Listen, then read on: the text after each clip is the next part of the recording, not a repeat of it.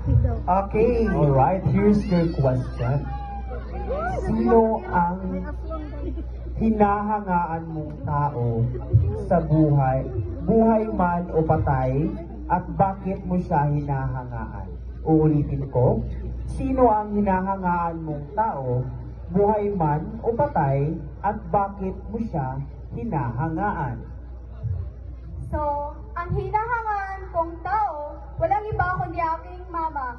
Dahil kung wala si mama, wala ako dito sa stage na kaharap ko kayo upang ipakita ang aking ganda at talino. Isa pa, siya ang dahilan kung bakit andito ako. Dahil isa siya sa inspirasyon at isa siya sa nag-a-advise sa akin.